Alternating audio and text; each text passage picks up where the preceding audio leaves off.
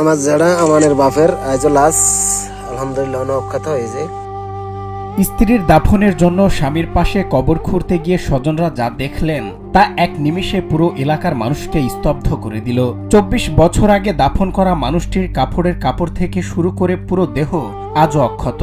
শুনতে অবিশ্বাস্য মনে হলেও সত্যি, মাটি যেন স্পর্শ করেনি মানুষটিকে। মৃত স্ত্রীর জন্য কবর খুঁড়তে এসে এমন দৃশ্য দেখে স্বজনদের শোকের কান্না থমকে গেল পরম এক প্রশান্তিতে। বিয়োগের যন্ত্রণা ছাপিয়ে উপস্থিত প্রতিটি মানুষের বুকে এক অনুভূতির শিহরণ জেগে উঠল। চোখ বেয়ে গড়িয়ে পড়া পানি তখন আর কষ্টের রইল না, তা হয়ে উঠল স্রষ্টার মহিমার প্রতি এক নীরব শ্রদ্ধা। আল্লাহ রাব্বুল আলামিন ভালো জানে, আমি এই ধরনের কোনো নজির দেখি না। আমি অন্তত কমপক্ষে ২৫ বছর ১০ বছর পরও একটা কবরের উপরে আমি কবর খুঁজছি, ওখানে কোনো অস্তিত্ব পাওয়া যায় নাই।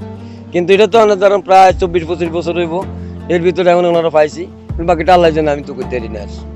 এবার আমি ইমাম সাহেব দেখছি, ইমাম সাহেব দেখে বলেছে এটা কারো করে দেখার দরকার নাই, যেমনি থাকুক। গত শুক্রবার কুমিল্লার মনোহরগঞ্জ উপজেলার উলিপাড়া গ্রামে ঘটে যাওয়া এই ঘটনা এখন সবার মুখে মুখে। ২৪ বছর আগে দাফন করা প্রয়াত রমজান আলীর স্ত্রী জান্নাতুল ফেরদৌস মারা গেলে তার পাশেই কবর খুঁড়তে যান স্বজন ও স্থানীয়রা। মাটি সরাতেই অলৌকিক সেই দৃশ্য। ২ দশক পার হলেও মাটি স্পর্শ পাওয়া যায়নি রমজান আলীর দেহে। অক্ষত রয়ে গেছে পুরো শরীর ও কাফনের কাপড়। এর ভিতরে আমি আর কোথাও এই ধরনের কোনো লাশ টাস পাইনি। পাইছি হাড়, পাইছি আমার মাথা, পাইছি আমার ওই যে কি কজন মানুষের এই পাকস্থলীগুলো হাড়গুলো পাইছি, কিন্তু ওই কাপড় টাপড় পাওয়া যায়নি। নিয়ে যেভাবে পাইছি এই ধরনের কোনো পাওয়া কোনো জায়গায় পাইনি। চাঞ্চল্য করে খবর ছড়াতেই কবরের চারপাশে জমাট বাঁধে উৎসুক মানুষের ভিড়। কুমিল্লা ও আশপাশের এলাকা থেকে দলে দলে মানুষ আসছেন এক নজর দেখতে, হাত তুলে করছেন জিয়ারত। স্থানীয়রা জানান, জীবন যুদ্ধে অতি সাধারণ একজন মানুষ ছিলেন এই রমজান আলী। হাটে বাজারে চাল আটা বিক্রি করে চালাতেন সংসার, কিন্তু তিনি ছিলেন পরম সৎ, ৫ ওয়াক্ত নামাজি এবং সর্বক্ষণ ইবাদত বন্দেগীতে মগ্ন থাকা একজন খাঁটি পরহেজগার। আমাদের জানামতে উনি এখানে দাফন হয়েছেন স্বাভাবিক মৃত্যুতে। উনি অত্যন্ত পরহেজগার মানুষ ছিলেন, একজন ক্ষুদ্র ব্যবসায়ী ছিলেন।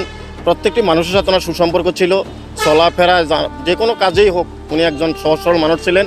উনি মৃত্যুর পর আজকে আমরা যেটা দেখলাম যে ওনার সব কিছু অক্ষত পাওয়া গেছে ওনার স্ত্রী মৃত্যুর পর, এটা আসলে আমাদের জন্য একটা অলৌকিক আল্লাহর রহমত। ২৪টি বছর মাটির নিচে শুয়ে থেকেও কিভাবে একটি মানুষের দেহ ও কাফনের কাপড় এভাবে অক্ষত থাকে তা আমাদের কল্পনারও অতীত।